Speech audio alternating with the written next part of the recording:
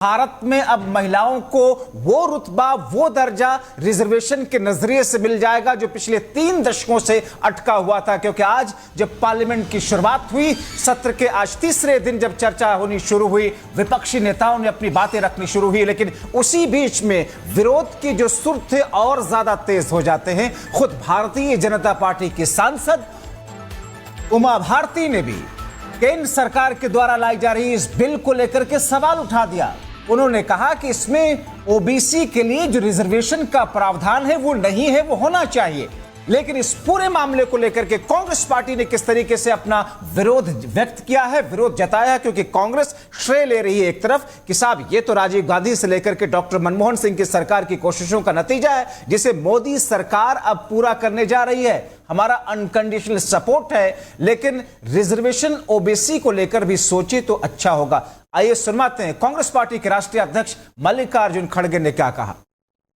वो क्रेडिट हमको देते नहीं, लेकिन मैं उनके नोटिस को लाना चाहता हूं कि वुमेन रिजर्वेशन बिल ये ऑलरेडी पास्ड इन 2010,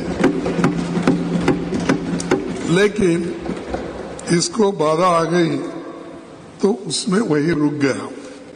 लेकिन ये पहले थोड़ा बैकवर्ड क्लासेस को रिजर्वेशन देने की बात थी।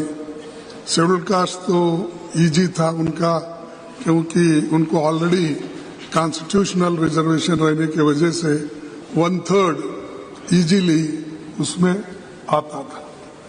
लेकिन बैकवर्ड क्लासेस और उनको इसमें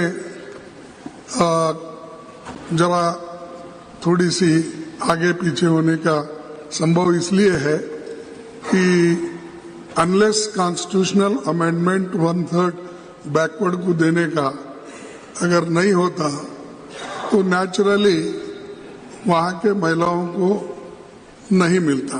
तो मल्लिकार्जुन खड़गे ने दरअसल उसी मुद्दे को तो उठाया, लेकिन Congress party unconditional support Bharatiya Janata party की सरकार को दे रही, लेकिन खुद बीजेपी की सांसद क्यों नाराज हो गई, क्यों कह रही है, क्यों सवाल उठा रही है कि इसमें ओबीसी का प्रावधान है कहां? सुनिए उमा भारती। मैंने उनको आज चिट्ठी लिखी, प्रधानमंत्री कार्यालय से पुष्टि हो गई कि प्रधानमंत्री जी तक चिट्ठी पहुंच गई, तो मुझे यकीन रहा कि ओबीसी का प्रोविजन उसमें है। लेकिन मैंने प्रधानमंत्री कार्यालय को यह भी बताया था कि अगर इसमें ओबीसी का प्रोविजन नहीं होगा तो मैं इसको सार्वजनिक तौर पर इस बात को कहूंगी।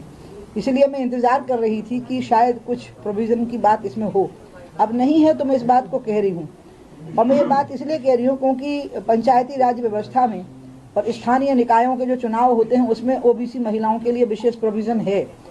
तो जब ये एक विशेष आरक्षण हो रहा है, एक विशेष व्यवस्था हो रही है महिलाओं के लिए, तो उसमें ये प्रोविजन हो सकता है। अब इसमें ओबीसी महिलाएं पीछे छूट जाएंगी, उनका हक छीनना ठीक नहीं। प्रधानमंत्री स्वयं पिछड़े वर्गों से आते हैं, इससे महिलाओं को कैसे संतुष्टि होगी? और जाति का संवेदनाओं से संबंध नहीं होता।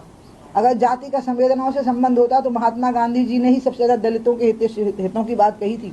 अगर बाबा साहब अम्बेडकर के बराबर ही किसी ने दलितों के हित की बात कही थी तो वो उस व्यक्ति ने कही थी जो स्वयं दलित नहीं था। इसलिए संवेदनाओं का जाति से संबंध नहीं होता और संवेदनाओं से जातियों की संतुष्टि भी नहीं होती। मध्य प्रदेश का समीकरण आप देख रहे हैं। पिछले करीब 2-3 सालों से उमा भारती का जो नजरिया केंद्र की सरकार हो या शिवराज सिंह सरकार हो उसके खिलाफ में जो दिखता रहा है, उनकी नाराजगी, क्योंकि चाहे वो महाराज गुट हो, शिवराज गुट हो या फिर नाराज गुट हो, उस नाराज गुट का हिस्सा मानी जाती है उमा भारती। आज मौका इनको लगा जनता के बीच में एक मैसेज देने का, खासतौर पर पिछड़ों के लिए, खासतौर पर ओबीसी की महिलाओं के लिए। इसीलिए अपनी ही सरकार के द्वारा लाए जा रहे उस बिल सवाल उठाते हुए एक आग्रह करती हुई उमा भारती दिखती हैं। और यह पहला मौका नहीं है जब उमा भारती अपनी सरकार को लेकर के इस तरीके से सवाल उठा रही है। लेकिन चूंकि इस पूरे बिल में जिस किस्म के प्रावधान हैं और जो एससी एसटी को लेकर के रिजर्वेशन की बात कही जा रही, तो फिर एक बड़ी आबादी, देश की करीब 50 से 52% आबादी जो इस वक्त है, आखिर उसके लिए रिजर्वेशन का प्रावधान क्यों नहीं है? काजल हमारे साथ इस वक्त जुड़ चुकी है। काजल, दिन भर आज गहमा गहमी देखने को मिली, सोनिया गांधी से लेकर के चाहे वो डिंपल यादव हो, चाहे वो स्मृति ईरानी हो, दूसरे तमाम लोगों ने अपनी बातें रखी जो कि अभी भी पार्लियामेंट में रखी जा रही है। क्या आपको क्या लग रहा है, सुबह से लेकर के इस वक्त की हलचल का नतीजा क्या दिखता है? जब आप देखिए जिस तरह से कल महिला रिजर्वेशन जो बिल है वो राज्यसभा में पेश हुआ लेकिन आज जो है वो पूरे दिन जो है चर्चा चल रही है और अभी ये चर्चा 6 बजे तक चलने वाली है। लेकिन ऐसे में विपक्ष जो है लगातार वो हमलावर है, चाहे वो असदुद्दीन ओवैसी हो, चाहे वो सपा के नेता हो और सांसद हो, क्योंकि लगातार विपक्ष की तरफ से यही कहा जा रहा है। पहली बात तो मोदी जी ने साफ कर दिया है कि ये बिल जो है वो 2024 में पास नहीं होने वाला है। दरअसल क्योंकि प्रधानमंत्री का कहना यह है और इस बिल के मुताबिक सबसे पहले डिलिमिटेशन होगा, जिसके तहत जनगणना भी की जाएगी और उसके बाद ये बिल कहीं ना कहीं पास हो सकेगा, क्योंकि इसमें अब वक्त भी लगेगा। ऐसे में विपक्ष जो है लगातार यही हमला कर रहा है कि बीजेपी सरकार जो है वो बिल्कुल, और यही वजह है चाहे भारतीय जनता पार्टी से खुद उन्हीं के नेता हो या फिर दूसरी पार्टियों के नेता हो, इस वक्त उनके जरिए से सवाल उठाने का सिलसिला न सिर्फ चल रहा है बल्कि उसको लेकर के वो खड़े हुए दिखाई दे रहे। बहुत शुक्रिया काजल इन तमाम जानकारी के लिए।